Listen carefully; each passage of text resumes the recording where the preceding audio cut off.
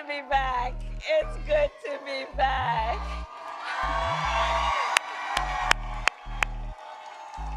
Good afternoon. Oh.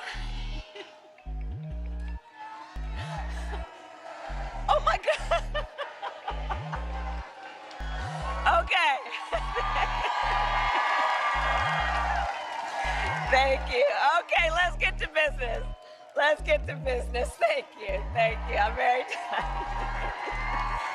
Thank you all. Oh, it's good to be back. Thank you all very much. Thank you. Thank you. Okay, let's get to work. Let's get to work. Let's get to work. Let's get to work.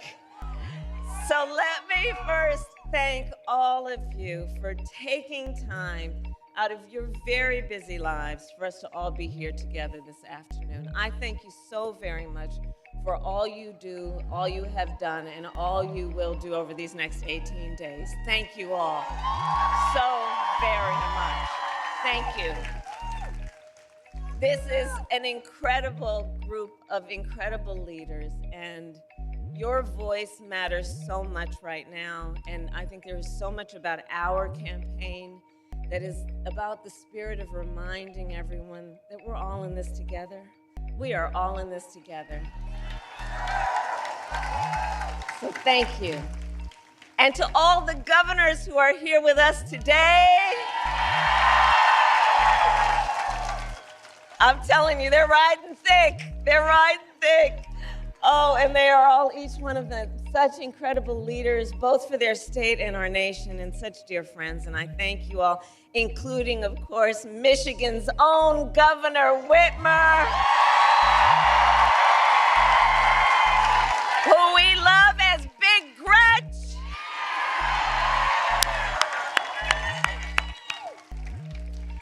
And to the governors, I want to say you've been traveling the country for our campaign, and I'm so deeply grateful for your support. I also want to recognize Senator Stabenow, a champion for Michigan, Representative Skolton, who we will re-elect to the United States Congress. And while we're at it, let's send Representative Slotkin to the United States Senate.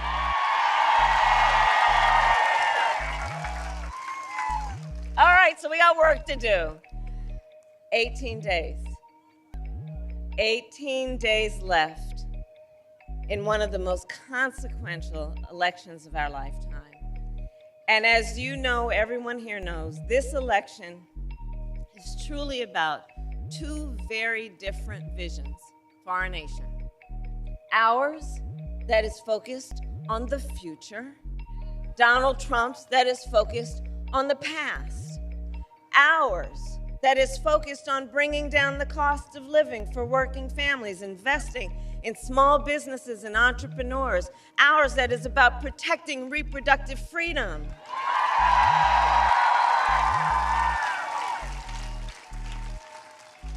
But none of that is what we hear from Donald Trump. Instead, it is just the same old tired playbook. He has no plan for how he would address the needs of the American people. And he is, as we have seen, only focused on himself. And now he is ducking debates and canceling interviews. Come on. And check this out, his own campaign team recently said it is because of exhaustion. Well, if you are exhausted on the campaign trail, it raises real questions about whether you are fit for the toughest job in the world.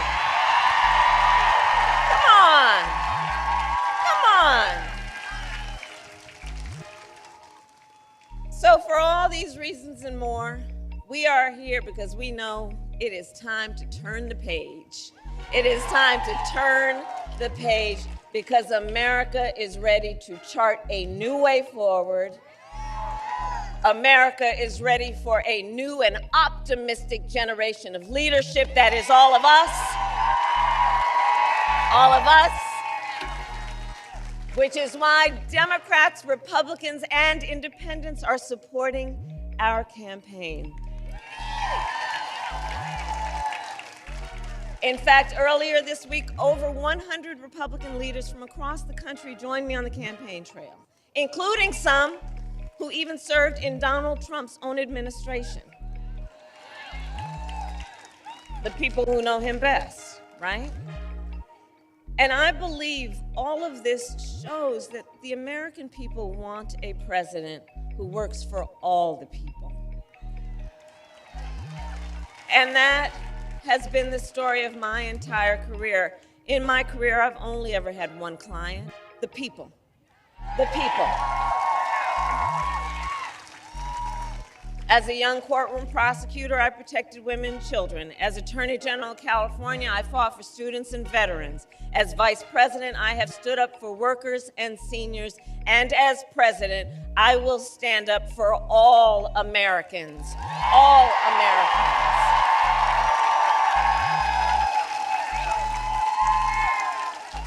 And together, we will build a brighter future for our nation. Yes, we will. Because, by the way, we will win. We will win. We will win. Come on.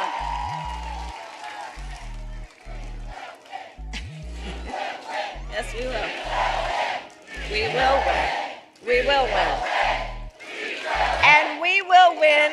And one of the reasons that we know we are working hard toward that win is because we believe together in building a future, in what we can do together as a nation, and a nation of people who see what we have in common, more than what separates us. We will build towards a future where we have an economy that works for all Americans. We will build what I call an opportunity economy, so that every American has an opportunity to own a home, buy a car, build wealth, and start a business. In fact, do we have any small business owners here? I love our small businesses. I got a plan for you. I love our small businesses. Our small businesses are part of the backbone of America's economy. Bless you all for the work you are doing. So under my plan, we will also bring down the cost of housing. And we will help entrepreneurs start and grow small businesses. My plan will expand Medicare to cover the cost of home health care for our seniors, so that more of our seniors can live with dignity. And you know, I'll just give you a little background on it in terms of a personal story. So I took care of my mother when she was sick. And for any of you who have taken care of an elder relative, you know what that is, right? It's about trying to cook something that they can eat. It's about trying to find clothes that they can handle on their skin. It's about trying to, from time to time, think about something that'll put a smile on their face or maybe just make them laugh. It's about dignity. But under the current system, and especially for those in the sandwich generation who are raising young kids while you're taking care of your parents, it's difficult. And under the current system, to get help for taking care of your seniors, unless you got the extra money sitting around, you'd have to leave your job or pay down all of your savings to qualify for Medicaid. That's not right. That's not right. So my plan is about saying, let's have Medicare cover the cost of home health care for our seniors, which is a matter of understanding how real people are living and understanding the importance of everyone being entitled to dignity.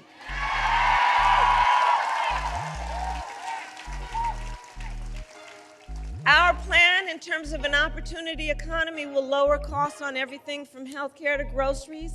I'll take on corporate price gouging because I've done it before and I will do it again. My plan will also give middle-class tax cuts to 100 million Americans, including $6,000 tax credit for the first year of a child's life, so that our young parents can do what they naturally want to do, which is parent their children well, but they don't always have the resources to be able to do it.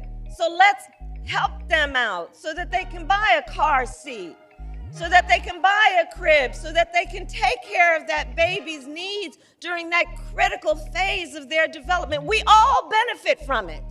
We all benefit from it. Dignity. My plan also invests in American manufacturing and innovation because I will make sure America, not China, wins the competition for the 21st century.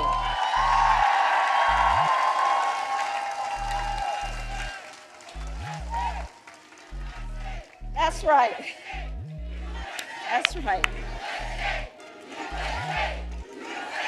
And so, to that point, and we will invest in the industries that built America, like steel, iron, and the great American auto industry.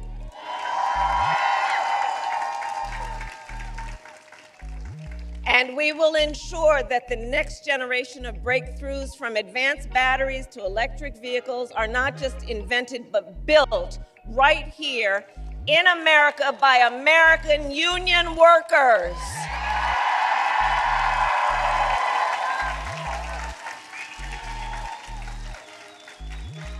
And Michigan, I know I'm going to tell you what you already know, but let us be clear for folks who are watching from different parts of the country. Contrary to what my opponent is suggesting, I will never tell you what kind of car you have to drive, but here is what I will do. I will invest in manufacturing communities like Kent County.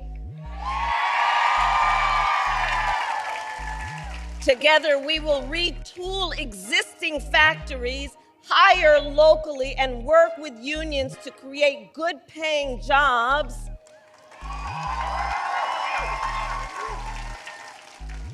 Including jobs that do not require a college degree, because here's where I come from. I know a college degree is not the only measure of the skills and experience of a qualified worker.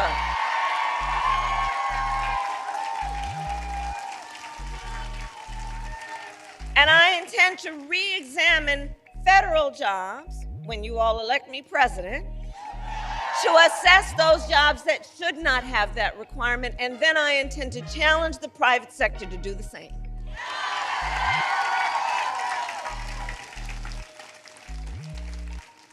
Now, all of this is to say Donald Trump has a different approach.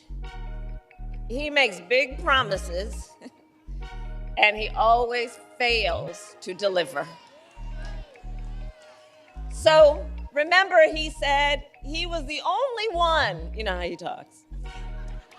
The only one who could bring back America's manufacturing jobs. Then, America lost almost 200,000 manufacturing jobs when he was president. Facts, including tens of thousands of jobs right here in Michigan.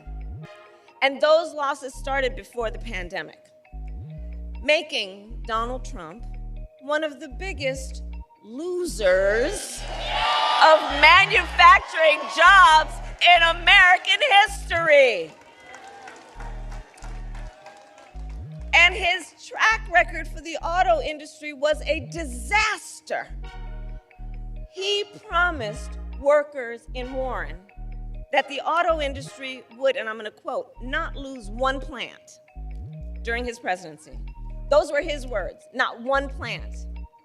Then American automakers announced the closure of 6 auto plants when he was president, including General Motors in Warren and Stellantis in Detroit. Thousands of Michigan auto workers lost their jobs. And Donald Trump's running mate recently suggested that if they win, they would threaten the Grand River Assembly Plant in Lansing, okay? The same plant our administration protected earlier this year, saving 650 union jobs. 650 union jobs. His running mate called those table scraps. So we fought hard for those jobs. And we believe that you deserve a president who will protect them and not insult them. And make no mistake, Donald Trump is no friend of labor. Let's be really clear about that, no matter what the noise is out there. He is no friend of labor. Just look at the record. Instead of his rhetoric, look at the record. And let's not fall for the okie doke. Seriously, he encouraged automakers to move their plants out of Michigan so they could pay their workers less. Understand what that was about. So they could pay their workers less. And when the UAW went on strike to demand the higher wages they deserved, Donald Trump went to a non-union shop and attacked the UAW. And he said, striking and collective bargaining don't make, quote, a damn bit of sense. A damn bit of difference is what he said exactly. That it doesn't make a, quote, pardon my language, a damn bit of difference is what he said. All right, brother. So Michigan, you know better. Strong unions mean higher wages, better health care, and greater dignity for union members and for everyone, whether or not you are part of a union. Get that straight. Get that straight. Which is why when I am president, I will sign the PRO Act into law and make it easier for workers to join a union and negotiate for better pay and working conditions.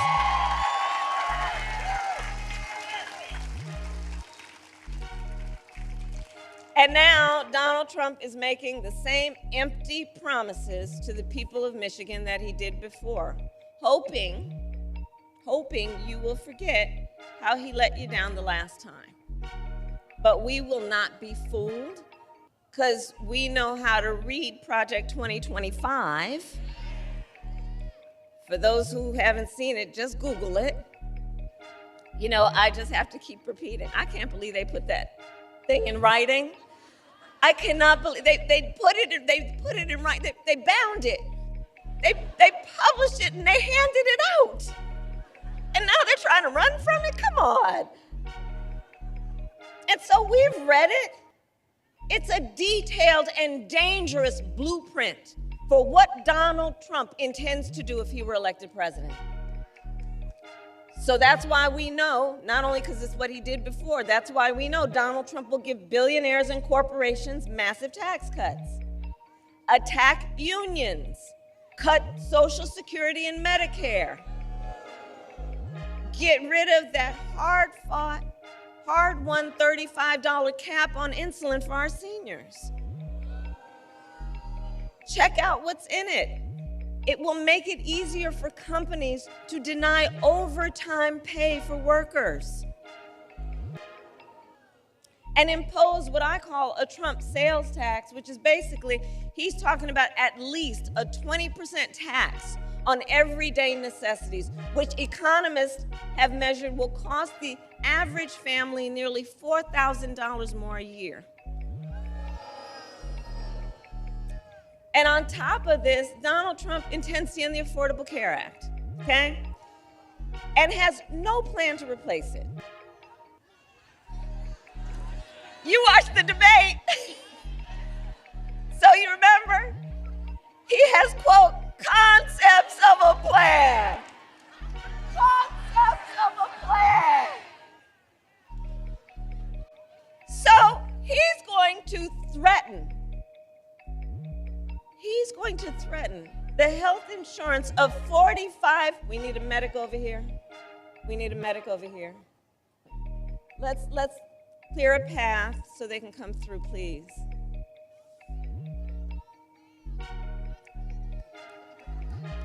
And we got jokes over here, grounded in reality. We okay? Okay, we're okay. Thank you all.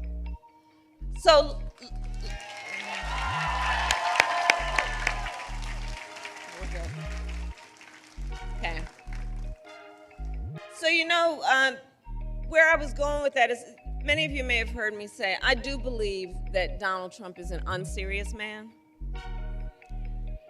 And the consequences of him ever getting back into the White House are brutally serious. Brutally serious. So on that point about concepts of a plan, it's funny. We thought it was ridiculously hilarious when we first heard it. But here's the thing about that.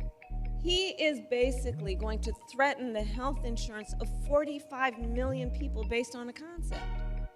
And take us back to when insurance companies could deny people with pre-existing conditions?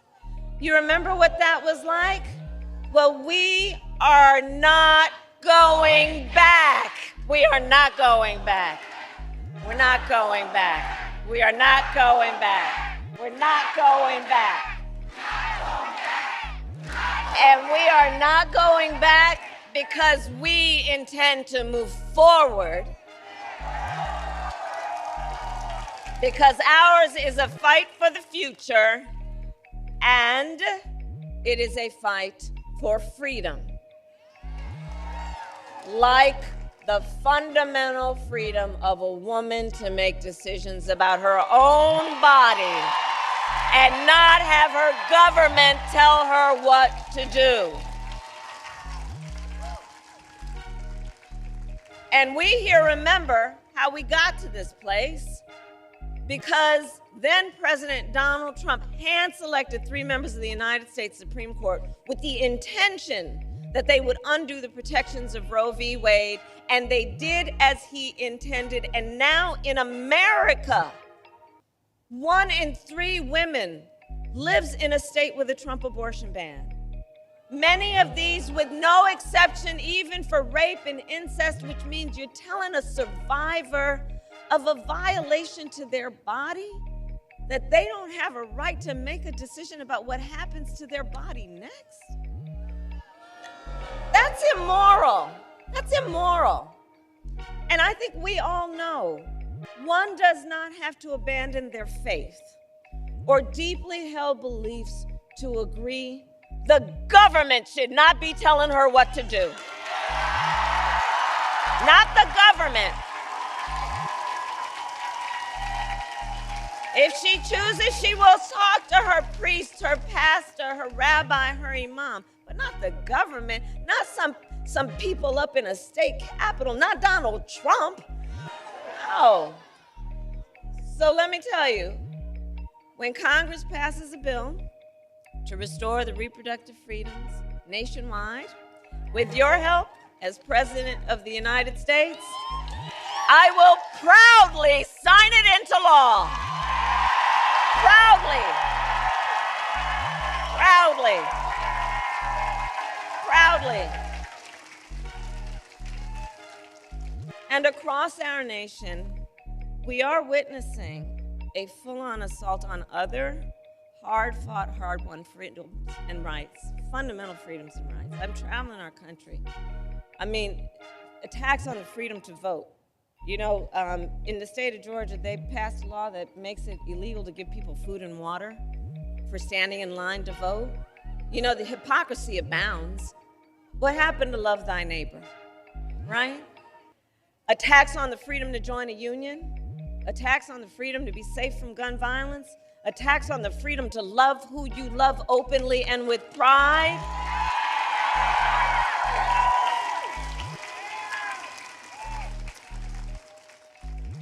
So much is on the line in this election, and you all are spending your precious time here together because we know this is not 2016 or 2020. The stakes are even higher this time. For many reasons, including because just months ago, the United States Supreme Court basically told the former president he is effectively immune no matter what he does in the White House. Right. Because we know, just imagine Donald Trump with no guardrails. Just imagine. He who has vowed he would be a dictator on day one.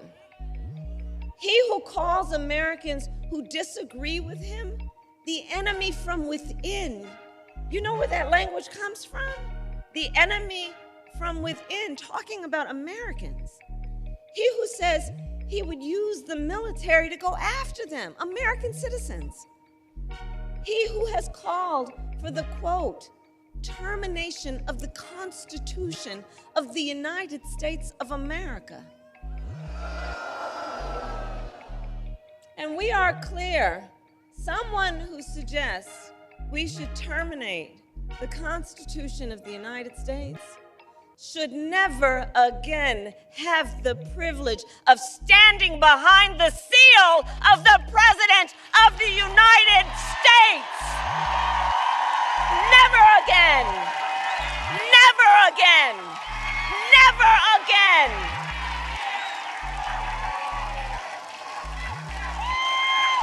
Never again. Never again. So, Michigan, it all comes down to this. We know why we're here together. We know what's at stake. And we are here together for one of the most important of all the reasons. We are here together because we love our country. We love our country. We love our country, and we know that it is one of the highest forms of an expression of love of our country, of patriotism, to then fight for our ideals, to fight to realize the promise of America. That's what our campaign is about.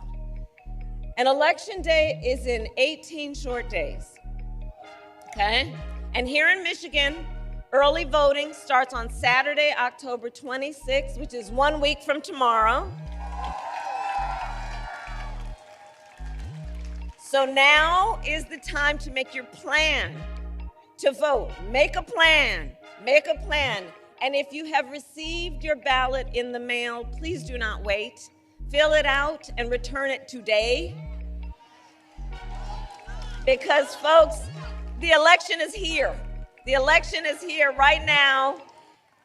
And like I know everybody here knows to do, we've got to energize and organize and mobilize and remind our neighbors and our friends that their vote is their voice. And your voice is your power. In a democracy, while we can hold on to it, our vote is the power that each of us as an individual has. It's an extraordinary power. And we will not give it away. And we will not let anyone suppress or silence our power. Don't ever let anybody take your power from you.